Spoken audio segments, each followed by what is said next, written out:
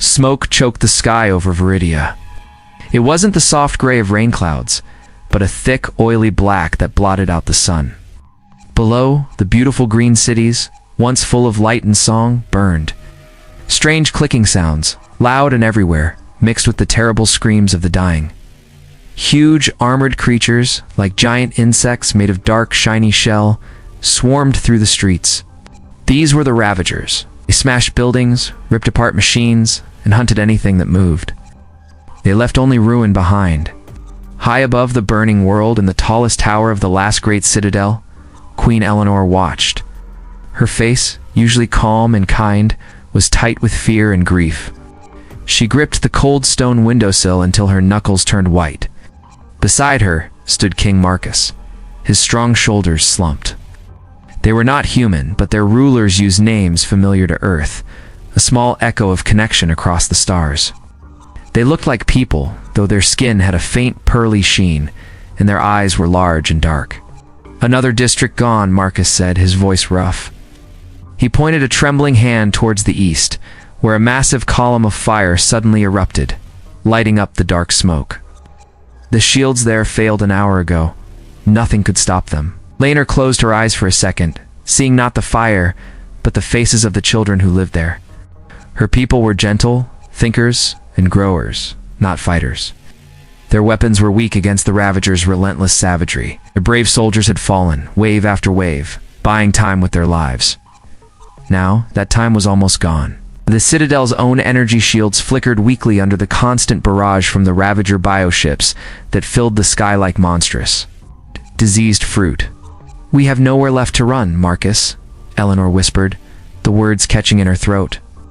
"They will reach the Citadel by nightfall. They will. They will take the children." The thought sent a cold wave of terror through her. Protecting the young ones was everything. Marcus put a hand on her arm. "We fight to the last breath," he vowed. But his eyes held no hope, only grim determination for a losing battle. Eleanor turned away from the window, her long robes whispering against the floor. She walked towards the center of the room where a softly glowing pedestal stood. This was their last hope, a desperate gamble whispered about in ancient histories, a legend almost forgotten. It spoke of terrifying beings from a world of constant death and danger. The Deathworlders, humans. From a place called Earth, fighting to the last breath, saves no one but our pride. "My love," she said, her voice growing stronger, though tears threatened to spill. "Pride won't save our children. There is only one thing left that might." Marcus understood. His face paled further. "Earth, Eleanor, they are. Monsters, according to the old tales. Brutal, warlike. What if they come only to claim our world for themselves? Or worse, what choice do we have?" Eleanor asked, her dark eyes meeting his. "Look out there, Marcus. Look at what is happening. The Ravagers leave nothing but bones and ash. If the Deathworlders are monsters, they are a different kind, the legends also say. They answer cries for help." Sometimes she took a deep, shaky breath. "We must try. For the children. For everyone left hiding in the ruins." Marcus bowed his head, the fight draining out of him. He knew she was right. Hopelessness was a heavier burden than fear. "Then do it," he said quietly. Eleanor stepped up to the pedestal. Her fingers danced over its smooth surface, calling up the communication systems. A soft blue light bathed her face. She took another breath, gathering her courage, pushing down the fear that screamed, this was madness. She began to record. The image that would streak across the vast emptiness of space showed her face, lined with exhaustion and sorrow, but her gaze was direct, pleading. "To the people of Earth," she began, her voice clear despite the tremor beneath it. Outside, a nearby explosion rattled the tower, dust sifting from the ceiling. She didn't flinch. "We are the people of Viridia. We implore you. We beg for your help." She paused, the weight of her world crushing down. "A terrible enemy, the Ravagers, is destroying us. They are everywhere. Our cities burn, our people, our children are dying." Her voice broke on the last word, but she forced herself to continue. "We cannot stop them. We have tried. We are losing everything." She looked straight into the light, pouring every ounce of her desperation into her words. Hear our plea, Deathworlders. Aid us in our final hour. Save us from extinction. If you come, if you help us. Well, the knowledge of Viridia, everything we are and have learned will be yours. Please, hear us. Help us. With a final silent sob trapped in her chest, Eleanor ended the recording. Out. The blue light winked out. She leaned heavily on the pedestal, drained. Marcus moved quickly to support her. It is done, she murmured. On the pedestal, a small indicator pulsed red. The message, carrying the last hope of a dying world, was launched. It shot out from the besieged citadel, a tiny digital cry hurtling through the silent, uncaring void aimed at the most dangerous planet in the galaxy, Earth. Would anyone there hear it? Would anyone care? Or was it just a final whisper before the end? Eleanor watched the red pulse fade, clinging to Marcus, waiting for the Ravagers to break through and praying for a miracle for monsters. The tiny signal, a desperate cry wrapped in digital code, streaked across the unimaginable emptiness between stars. It traveled for weeks, a lonely whisper in the dark. Finally, it reached the busy space near Earth's moon. Inside a large, quiet room deep within Armstrong Lunar Station, Ben Carter sat at his console. Screens glowed softly, showing streams of data from listening posts scattered across the solar system. Mostly it was background noise. The hum of planets, the crackle of distant stars.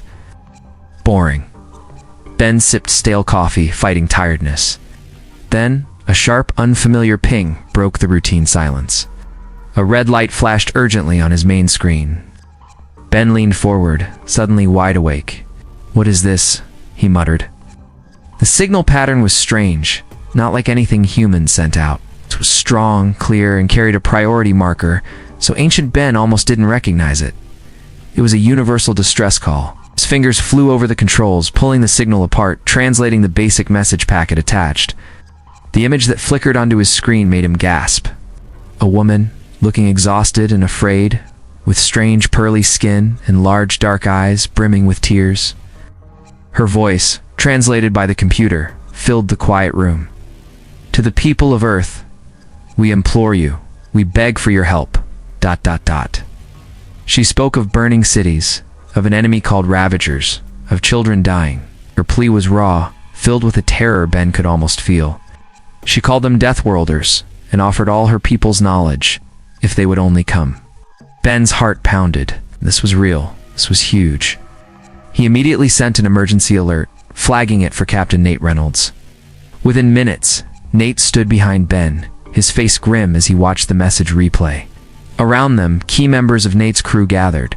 Gwen, his sharp tactical officer, Joe, the brilliant but often nervous engineer, and Helen, the calm and observant medic. Viridia, Gwen said, pulling up star charts. It's way out in the rimward fringe. Weeks of travel, even at max warp. She looked troubled. Ravagers, Captain, the records. Sketchy, but bad. They hit the Andorian system decades ago, wiped it clean. No survivors, just ... Gone. Joe whistled low. Andorians had decent tech too, if these Ravagers ate them. He trailed off, the implication clear. Our shields are good, Nate, but against a swarm like she describes. Unknown numbers, unknown weapons. It's a big risk. Helen spoke softly, her eyes still on the alien queen's face. She mentioned children, Captain. Specifically, they're facing extinction. That's why she's begging monsters for help. Her voice held deep sympathy. Nate stared at the frozen image of Queen Eleanor, her desperate plea hanging in the air. He thought of the burning cities she described, the children hiding. He thought about Earth, a planet constantly fighting its own nature, often called violent and dangerous by others. Deathworlders. We have the Valiant, Nate said finally, his voice low but firm. One of the toughest ships ever built, designed for the worst. Designed? Yes, Gwen countered. Tested against this? Don't know. Could be a suicide run. They might not even be telling the whole truth. Nate turned away from the screen to face his crew. He saw the fear in Joe's eyes, the calculation in Gwen's, the compassion in Helen's. Maybe it is a trap, he admitted. Maybe the Ravagers are worse than we can imagine. Maybe we won't come back. He paused, letting the weight of that sink in. But look at her. Listen to her voice. That isn't a trick. That's the sound of a people about to die. She called out to the monsters of the galaxy because she had no one else.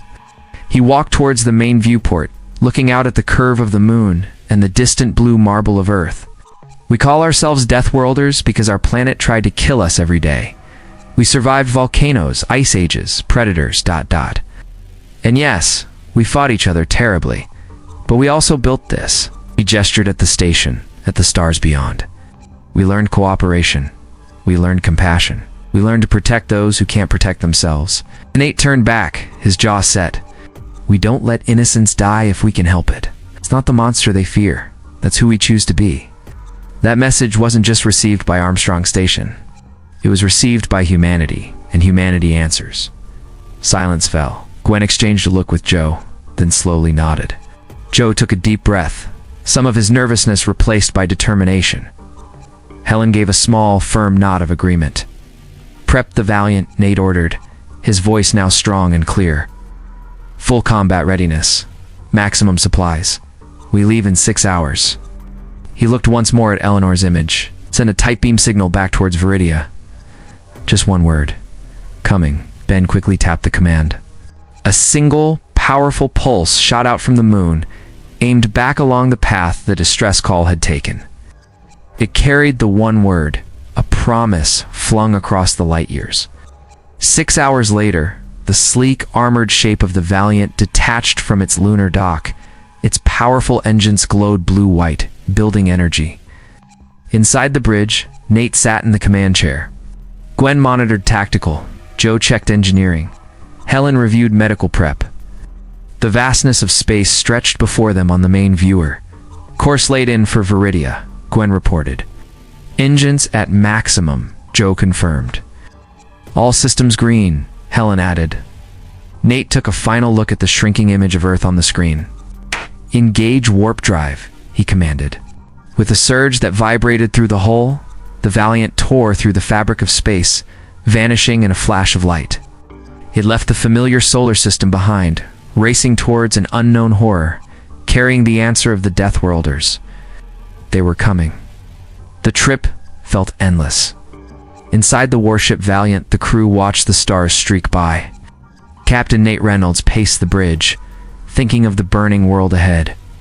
Lieutenant Gwen Carter studied every scrap of data on the Ravagers, her face serious. Engineer Joe Ramirez checked the ship's powerful weapons again and again. Medic Helen Boyd prepared supplies, hoping she wouldn't need them for terrible wounds. Finally, the ship slowed. The swirling colors of warp travel faded. On the main screen, the planet Viridia appeared. The sight stole their breath. Viridia was green and beautiful, or it should have been. Now, thick black smoke covered huge areas. Bright orange fires glowed through the gloom. But worse than the smoke was the sky. It writhed with movement. Thousands of strange, lumpy ships, like giant beetles made of wet. Dark rock and glistening slime filled the space around the planet. Ravager bioships. They were everywhere, blotting out the stars. Report, Nate said, his voice tight. Massive swarm in low orbit, Gwen answered quickly. Biosign readings are off the scale. They re-thickest around the one structure still showing energy signatures. Must be the Citadel Queen, Eleanor spoke of. Its shields. They're flickering badly, Captain. Failing. Joe whistled. That's a lot of bugs. Shields are holding, but the energy drain just jumped.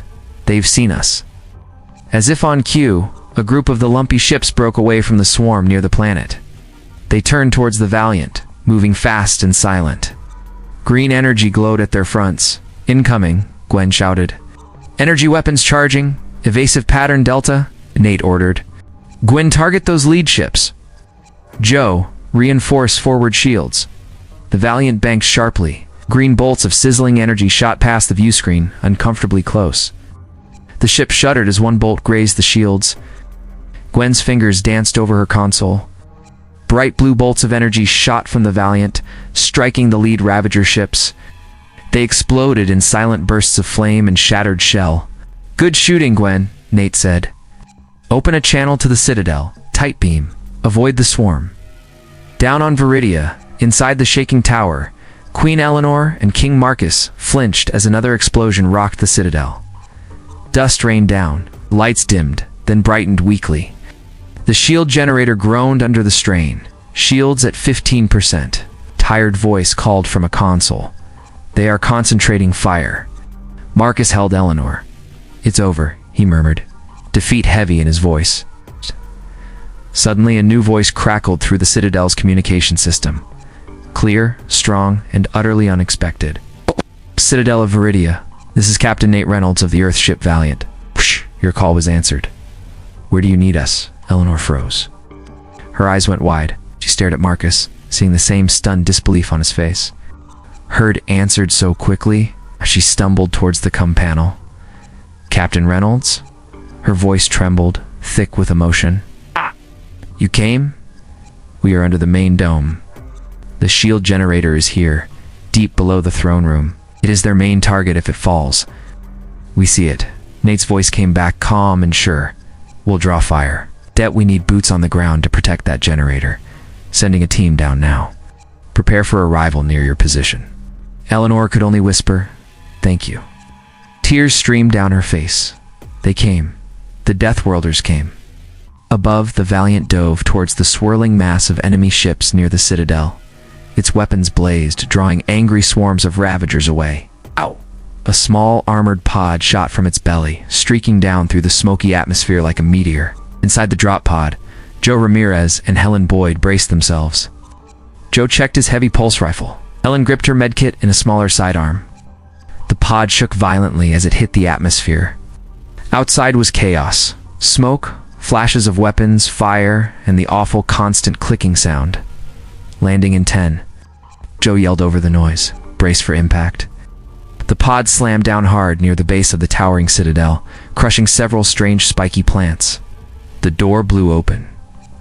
Joe leaped out first, rifle ready. Helen followed close behind. They were in a nightmare. The air stank of smoke, burning things, and something sour. The ground was churned, mud mixed with ash. Before them stretched a wide trench dug around the citadel base, filled with wrecked machines and bodies of fallen Viridian soldiers. And coming over the lip of the trench were the Ravagers. Up close, they were terrifying. Taller than a man, covered in hard, dark plates of armor. They moved on to many legs, fast and skittering. Huge, sharp claws snapped. Faceless heads with only dark pits for eyes swiveled towards the humans. One hissed, spraying a stream of yellow acid that sizzled where it hit the ground. Contact front, Joe yelled. He fired his pulse rifle. Blue energy bolts slammed into the nearest Ravager. It shrieked, a horrible scraping sound, and staggered back, greenish fluid oozing from a hole in its armor. Helen fired her sidearm, forcing another back. More Ravagers surged over the trench edge, clicking and hissing. Joe and Helen ducked behind a pile of broken stone. Acid splattered near them. They're tough. Joe shouted, reloading. Aim for the joints. Helen nodded, her face pale but determined. She fired carefully. A bolt hit a Ravager, where its leg met its body. The leg buckled. The creature screeched and fell. Joe kept firing, his rifle spitting blue fire, holding back the tide of clicking horrors trying to reach the citadel doors. Above, Gwen Carter watched from the Valiant S bridge. She saw the tiny figures of Joe and Helen pinned down near the base of the tower. She saw the wave of Ravagers pushing towards them and towards the weakening energy dome above the citadel. Captain, Gwen said, her voice cool. Permission to provide sniper support from orbit? I have a clear shot at the mass near the trench. Nate watched the desperate fight below. Granted, Gwen. Make it count. Gwen adjusted her targeting scope. High above the planet, the Valiant's largest railgun silently aligned. A moment later, a streak of pure energy lanced down from the heavens. It hit the center of the Ravager swarm, pushing towards the trench. The explosion was blinding, vaporizing dozens of the creatures and sending others flying in pieces. Mud and debris rained down. In the sudden, shocked silence below, Joe peeked over the rock. Whoa, thanks, Gwen. He yelled upwards, knowing she couldn't hear him, but needing to say it. Helen grabbed his arm. Look, she pointed upwards, towards the top of the Citadel Tower. Near the shimmering, flickering dome, a cluster of Ravager bioships had broken through the Valiant's distraction. They were landing on the roof, right near the throne room. Worse, they were cutting through the weakened shield with jets of burning green acid. Captain Joe yelled into his cum. They're breaching the roof. They're going for the Queen. High above Viridia, Captain Nate Reynolds saw the Ravager ships land on the Citadel roof. His blood ran cold. They were cutting through the shield right over the throne room. The Queen and King were trapped. Joe, Helen. Status. Nate barked into his cum. Still pinned down near the base captain. Joe yelled back, the sound of pulse rifle fire loud behind him. We can't get to the throne room in time. Nate didn't hesitate. Gwen, keep those bugs off my back. I'm going in, he leaped from his command chair. You have the bridge, Gwen. Cover Joe and Helen. He sprinted from the bridge towards the ship's small hangar bay. He didn't need a drop pod this time. He needed speed. He jumped into a single-person assault shuttle, its engines roaring to life. The bay doors opened, showing the swirling chaos outside. Nate punched the thrusters. The small, agile shuttle shot out like a bullet, diving straight towards the Citadel roof. Below, Joe Ramirez heard the roar. He saw the tiny shuttle streak past. The captain's going in alone, he shouted to Helen. We need to help him. Helen cried, firing at another Ravager clawing its way towards them. Joe looked around desperately. His eyes landed on the flickering shield generator dome further along the Citadel base. It was huge, humming with strained energy. An idea sparked. Helen, cover me. I need to get to that generator, he pointed. If I can rig it to overload. ... Maybe we can take out a bunch of these things. Helen nodded fiercely. Go, I'll hold them. She stepped out from cover, firing rapidly with her sidearm and throwing small sonic grenades that made the Ravagers shriek and stumble. Joe ran, dodging blasts of acid and snapping claws. He reached the generator's heavy access panel. Pulling tools from his belt, he started working fast, his fingers flying. Sparks flew as he rerouted power feeds. Just need a minute, Captain. He yelled into the cum, hoping Nate could hear. Inside the throne room, the air tasted of fear and acid smoke. Queen Eleanor and King Marcus stood back to back, holding ornate but useless ceremonial blades. The tall windows overlooking the burning city were stained with green slime. Suddenly, a section of the domed roof groaned. A shower of sparks and melted metal fell. A Ravager dropped through the hole, landing with a heavy thud. Then another, and another. They advanced, claws raised, clicking sounds filling the room. Eleanor gripped her blade tighter, her heart pounding. Marcus stepped in front of her, ready to die fighting. The lead Ravager hissed, raising a claw to strike. Crashed stained glass windows shattered inward, not from Ravagers. From the nose of Nate Reynolds' shuttle. It smashed through, skidding across the polished floor in a shower of glass and sparks, stopping right between the Royals and the Ravagers. Before the dust settled, the shuttle's hatch blew open. Nate leaped out, pulse rifle already blazing. Blue bolts slammed into the nearest Ravagers. One creature shrieked and collapsed. Another stumbled back, smoking holes in its hard shell. Get behind me, Nate shouted, planting himself firmly in front of Eleanor and Marcus. Fired again and again, forcing the Ravagers back towards the hole in the roof. His shots were precise, hitting joints and eyeless heads. The creatures hissed in fury, spraying streams of yellow acid. Nate dodged, the acid sizzling where it hit the floor near his boots. Outside, near the base, Joe Ramirez slammed a final connector into place on the giant generator. Got it, generator rigged to blow. But it needs a big power surge to trigger the overload. Helen, get clear. He grabbed her arm, pulling her back towards a deeper trench. Above, on the Valiant S bridge, Gwen Carter saw Joe's signal. She also saw something else on her scanners. A massive energy signature moving away from the main fight near the Citadel. A huge Ravager ship, bigger than the rest, shaped like a bloated, spiky egg, was trying to slip away into the smoke.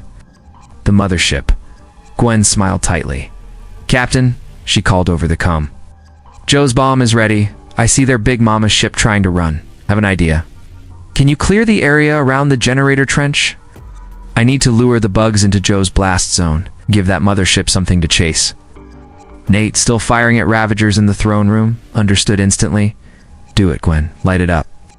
He kept the Queen and King shielded, his rifle spitting fire. Gwen focused.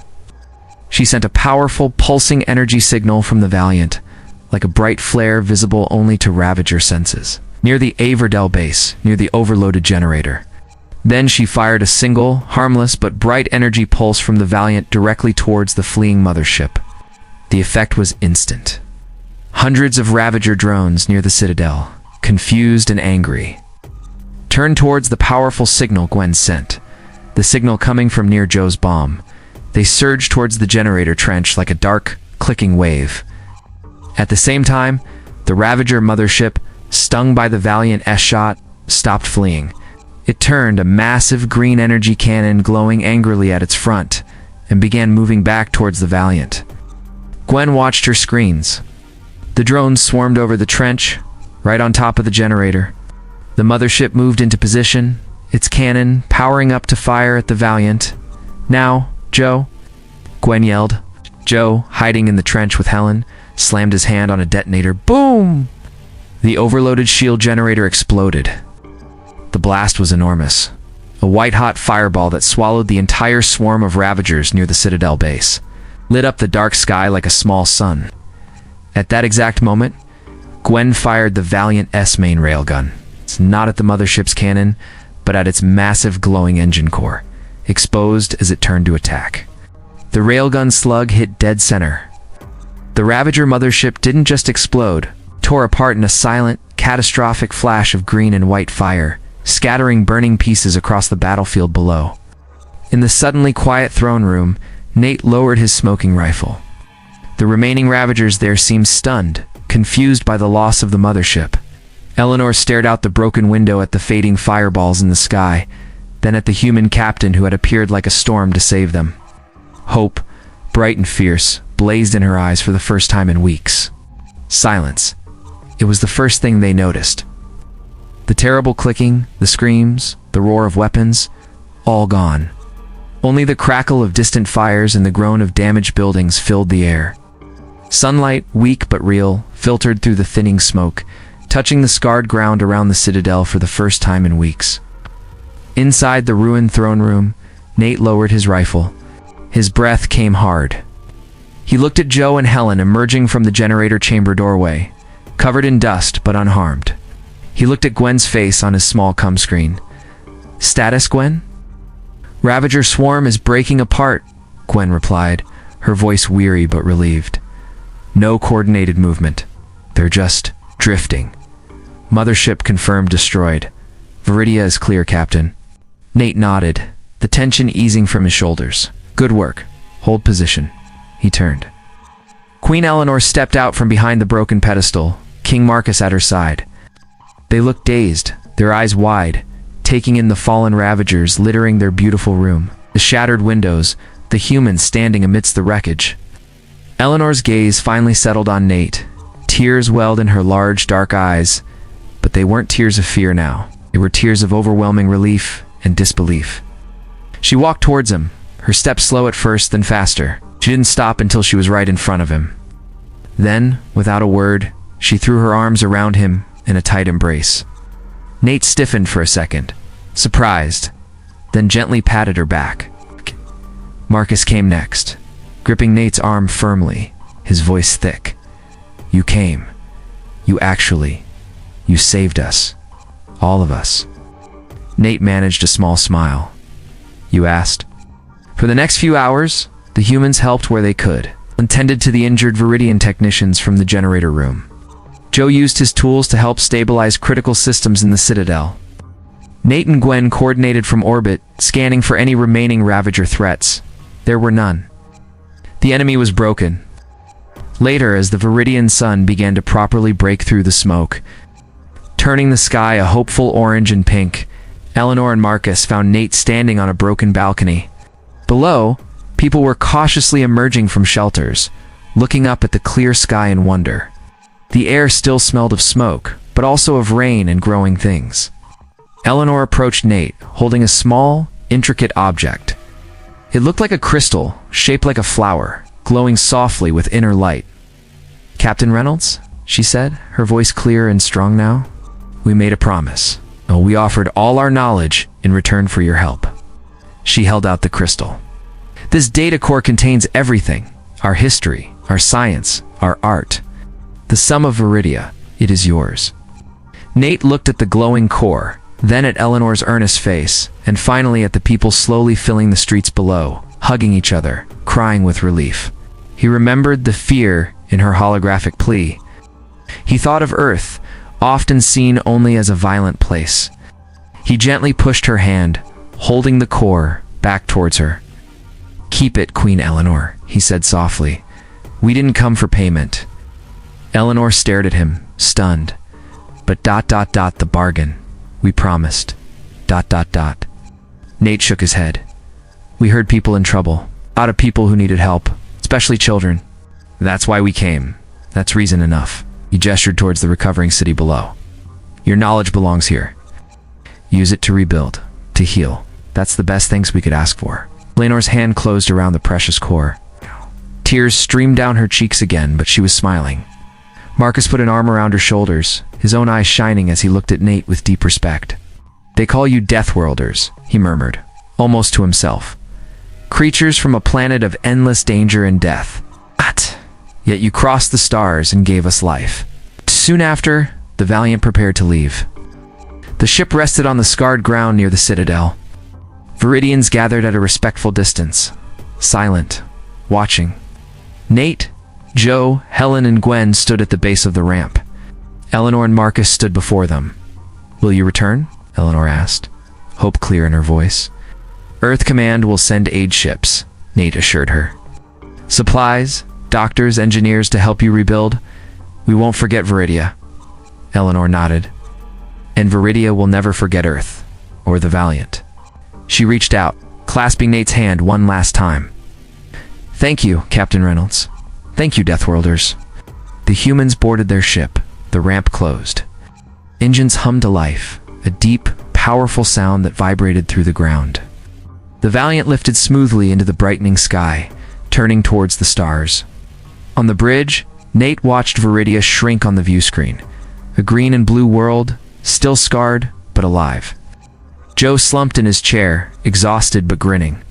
Helen checked her medkit, satisfied. Gwen plotted the course home. "Set course for Earth," Nate said quietly. "Course laid in," Gwen confirmed. "Warp drive ready," Joe added. "Engage," Nate ordered. The Valiant shot forward, vanishing into the starlight, leaving the rescued world behind.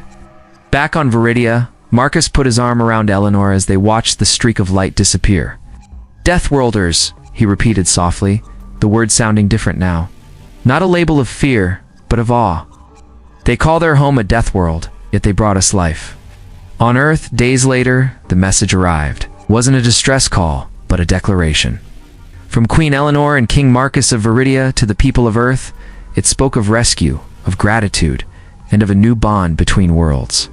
It ended with a request for formal alliance. In the halls of Earth's government, the story spread.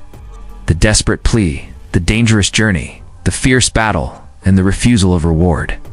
People talked of the Valiant and her crew. They talked of Viridia. Across the planet, the old nickname Deathworlders started to change. It began to mean something else.